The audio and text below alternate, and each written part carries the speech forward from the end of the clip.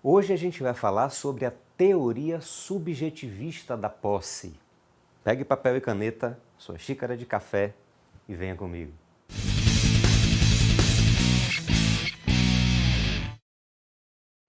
No início do século XIX, o prolífico autor germânico Savigny, Friedrich Carl von Savigny, esse nome Savigny aí engana muita gente que pensa que ele era francês, elaborou, apresentou aquilo que ficou conhecido como teoria subjetivista da posse. Os autores chamam de teoria subjetiva da posse, mas eu entendo que subjetivista é mais adequado do ponto de vista epistemológico. O que é subjetivo não é a teoria, é um dos elementos da posse. Então, a teoria subjetivista ou subjetiva da posse, que se tornou imediatamente muito aceita, muito bem recebida na comunidade jurídica alemã ali do início do século XIX. Não foi a teoria que prevaleceu, a teoria objetivista de Hering, algumas décadas depois, vai substituir, vai acabar prevalecendo sobre a teoria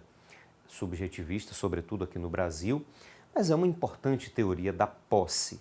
E o que é que dizia Savigny a respeito da posse? Para ele, só ficaria configurada a posse, só haveria efetivamente a posse, se estivessem presentes dois elementos. Um elemento objetivo e um elemento subjetivo. E aí, o elemento objetivo ele chamava de corpus, no latim, e o elemento subjetivo ele chamava de animus domini. Então, elemento objetivo, corpus, elemento subjetivo, animus domini.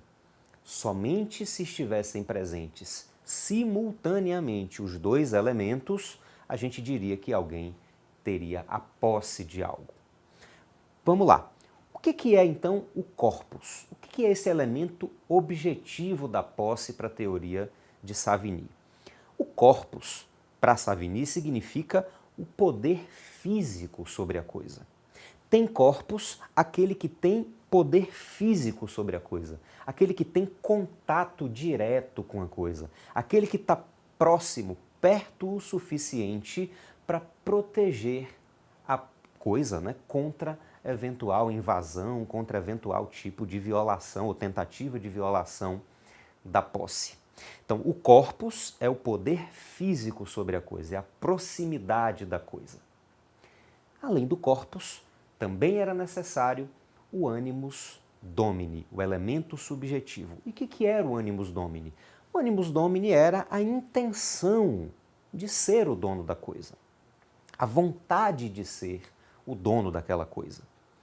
E aí é que está exatamente a dificuldade dessa teoria. É muito difícil, na prática, você conseguir demonstrar o animus domini. É muito difícil você conseguir, imagina aí num processo, numa ação judicial, no curso de um processo, como é que você consegue objetivamente demonstrar a intenção que uma pessoa tinha ou tem. Isso é muito complicado, isso é muito difícil.